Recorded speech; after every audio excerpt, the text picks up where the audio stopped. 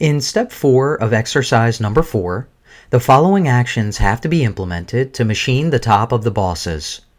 An iRough and iFinish operation must be defined. Add a new iMachining operation. In the SolidCAM Manager, right-click Operations, Add Milling Operation, and select 2D iMachining. The iMachining operation dialog box is displayed, and the default iRough is used for technology. On the Geometry page, click the New button to define the machining geometry for the operation. Several chains are picked and defined as semi-open. In the SolidWorks graphics area, pick on the top edge of a boss along the interior pocket wall as shown. Select Auto Constant Z to close the chain, and then click Yes to confirm the chain selection. The chain icon is displayed in the Chain List section. Right-click Chain 1 and choose Mark Open Edges. The Mark Open Edges dialog box is displayed. In the SolidWorks graphics area, pick on the outer edges of the boss as shown. The entities are now marked as open, and iMachining can use them for entry. Click OK to accept the selected edges as open.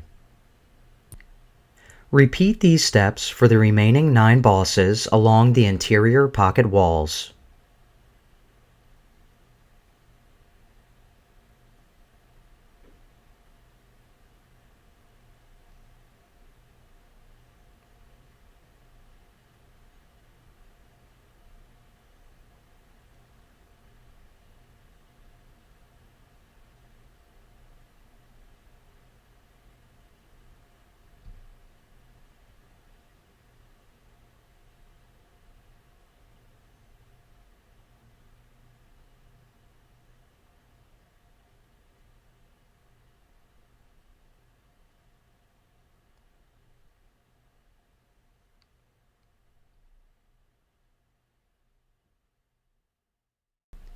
Then, the last 2 chains for the bosses in the center of the interior pocket are picked and defined as open. Pick on one of the island contours as shown, and then click Yes to accept the chain selection. In the chain list, right-click Chain 11 and choose Mark Chain as open. Pick on the remaining island contour as shown, and then click Yes to accept the chain selection. In the chain list, right-click Chain 12 and choose Mark Chain as open. The geometry is defined. Click OK to confirm the geometry selection and exit the Geometry Edit dialog box. Switch to the Tool page and click the Select button to display the Choosing Tool for Operation dialog box. In the Part Tool table, select Tool number 2, the smaller 6mm end mill. Click the Select button to choose the tool for the operation and exit the Part Tool table. Switch to the Levels page to define the milling levels. Click the Upper Level button. In the SolidWorks graphics area, select the top edge of the target model as shown, and then click OK to confirm the selection. Next, click the Pocket Depth button and select the top face of a boss to define the machining depth. Click OK to confirm the selection and display the iMachining operation dialog box. Switch to the Technology Wizard page to view the cutting conditions. The wizard automatically calculated one step down to achieve the total depth with an ACP value of 1.5. Reduce the machining level slider to 3 for the operation. On the Technology page, the step down and cutting angles generated by the wizard are shown.